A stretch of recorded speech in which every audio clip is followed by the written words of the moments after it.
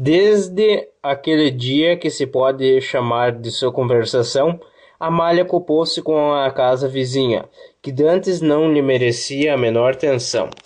Agradava-lhe a chácara, o edifício e as árvores. Achatavam-lhe algumas coisas de particular, embora não tivesse realmente de notável senão a solidão e o silêncio que a cercassem. Acompanhava os movimentos da habitação, ligava os mais causáveis e ordinários a alguma significação. Uma janela que se abria, um rumor qualquer, eram como gesto ou palavra do edifício, que para ela tinha uma vida, uma história, uma individualidade. Para a irmã, Amália sentia um indefinível respeito. Parecia-lhe que via nele pela primeira vez um homem, bem diverso da gente que povoava as salas e ruas. Nesse habitava uma alma, e era uma alma superior ao mundo, que tinha o seu mundo em si.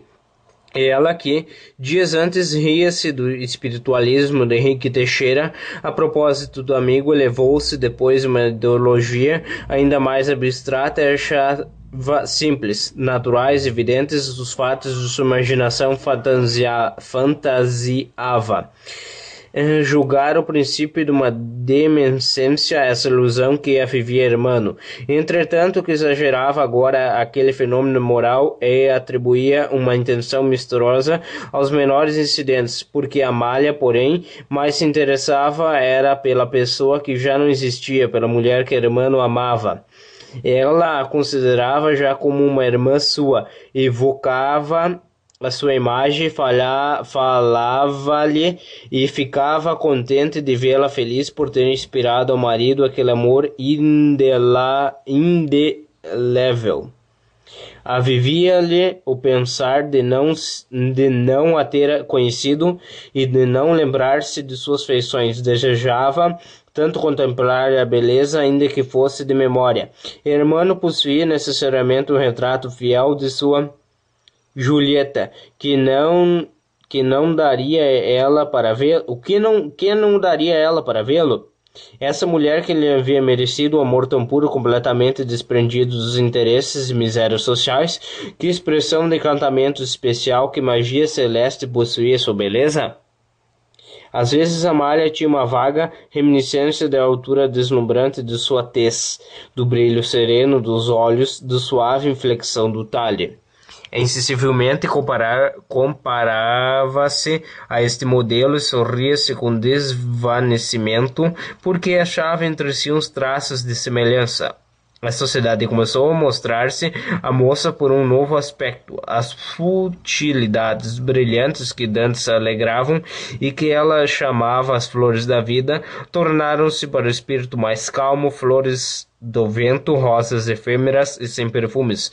E foi assim que a pouco e pouco se isolou do mundo. Sentia-se no tédio indefinível pelos divertimentos e só achava prazer na solidão. O Sr. Veiga havia colhido acerca de Henrique Teixeira boas informações. Era médico de talento e podia contar com um brilhante futuro se não lhes faltasse a qualidade preciosa de saber apresentar. Essa qualidade não era tão comum como se pensa. O que se encontra a cada passo em todas as profissões é o abuso dela, o vício muito conhecido em nome do charlatanismo. Não se trata, porém, deste grosseiro arremedo, que está ao alcance de qualquer sujeito desembaraçado, ainda mesmo ignorante e medíocre. Os processos e fórmulas do charlatanismo já se aperfeiçoam de tal modo que adeptos não carecem mais de gênio infetivo,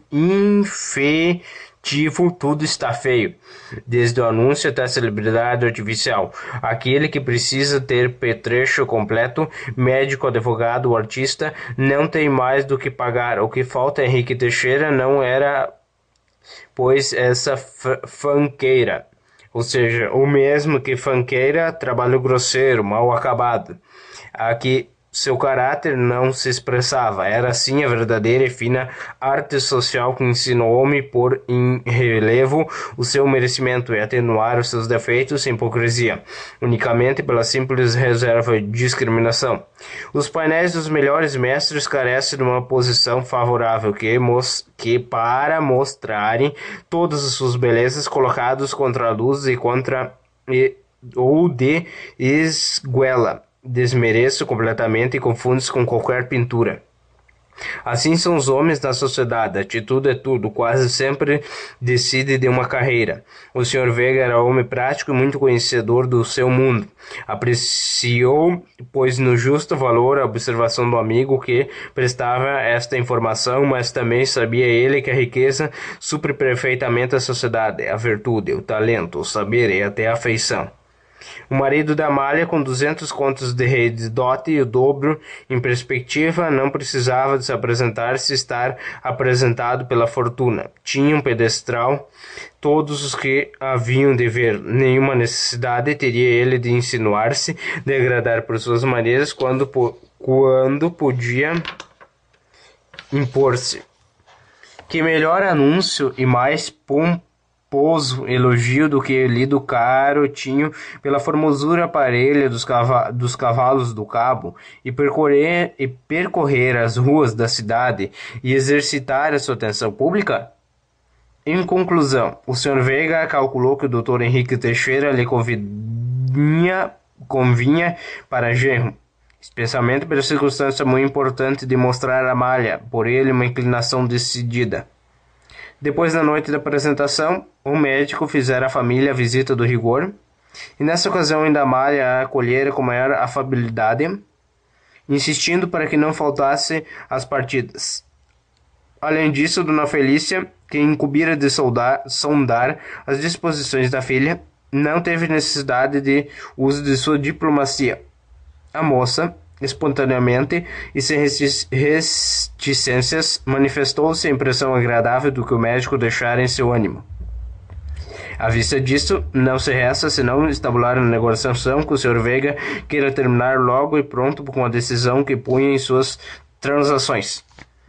Dona Felícia, porém, foi de opinião que se deixasse as coisas seguirem em seu curso natural, facilitando-se apenas o seu andamento. Este último alvitre prevaleceu. O Sr. Veiga passou a visita do Dr. Henrique Teixeira e convidou para um jantar de família. Combinação lembrada pela mulher para introduzir a intimidade da casa ao suposto pretendente que não lhe era realmente senão pretendido. O doutor foi assíduo às partidas. Amália continuou e foi distingui-la com uma atenção especial, deleitando-se na sua conversa. Falavam acerca do irmão, a moça interrogava a miúdo e ouvia com avidez. Não precisou o médico de grande perspicácia para reconhecer que esse interesse tão vivo da moça denunciava uma afeição nascente, mas profunda. Irmão ainda ignorava naturalmente, mas quando viesse a conhecê-la, poderia ele partilhá-la? Henrique era tanto fisiologista. Ele acreditava que a natureza amante e apaixonada da irmã carecia uma forte expressão de afeto, e por isso revivia Julieta para adorá-la. Desde, porém, que outra mulher impressionante ele transformaria aquela adoração do noivo ídolo e continuaria neste o mesmo amor romanesco?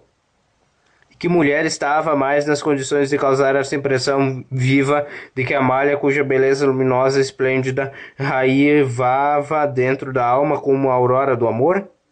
O médico afagava essa esperança de compreender a necessidade de subtrair o amigo à constante preocupação que lhe consumia parte da vida. Esse estado, em todo caso, não era natural, cumpria com cessasse. Por isso, o primeiro passo era aproximar Armando da mulher que o podia salvar. Entretanto, parecendo a Dona Felícia muito lenta à marcha dos acontecimentos, resolveu ela provocar uma explicação. Mandou chamar o médico para consultá-lo sobre a saúde da filha, cuja mandança já a inquietava. Expôs o desejo que ela e o marido tinham a ver a Amália casada, descreveu o tipo de noivo que preferiam e, apesar da modéstia Teixeira foi obrigado a rever-se naquele retrato físico e moral como um espelho do melhor aço. Finalmente rematou, dando ela a melhor consulta matrimonial ao médico, uma vez a consulta profissional que devia pedir a este. Amália gosta de alguém, doutor? Tenha certeza. É natural, dona Felícia, até muito provável. E o senhor sabe quem é? Não devia entrar nesse assunto tão delicado, mas a sua confiança, minha senhora, a estima de que consagro a toda a família. Eu desejo de concorrer para a felicidade de duas pessoas que tanto merecem. Impõe-me esse dever. Henrique revelou o segredo da Amália. Dona Felícia caiu das nuvens. Não podia crer. Apenas retirou-se o médico e ele dirigiu ao aposento da filha. Amália, de pé junto à janela, com o fronte apoiado da aba da porta, tinha os olhos presos na casa vizinha, tão absorta nessa observação que a mãe aproximou-se e ficou muito tempo a fitá-la sem que ela percebesse. Dona Felícia não duvidava mais. Teixeira tinha razão. Amália amava o irmão e era amor veemente que se lia em formuloso semblante como uma página aberta. Queres casar com ele? Perguntou a senhora afetuosamente. Amália estremecera a voz, com duas faces inflamadas pelo pejo e os olhos em prantos, atirou-se no braço da mãe e escondeu os rostos do seio dela. Dona Felícia acariciou-se com ternura e repetiu a pergunta que a moça não escutara da primeira vez. Casar? Com quem? Interrogou ela atônima. Com ele, com o irmão. Uma palavra prorrompeu do seio da moça com a explosão de uma alma. Nunca! E desprendeu-se do braço da mãe com uma violenta expressão de pavor. Amália passava pelo mesmo espanto que teria de sua mãe lhe acabasse de propor pelo marido um homem casado.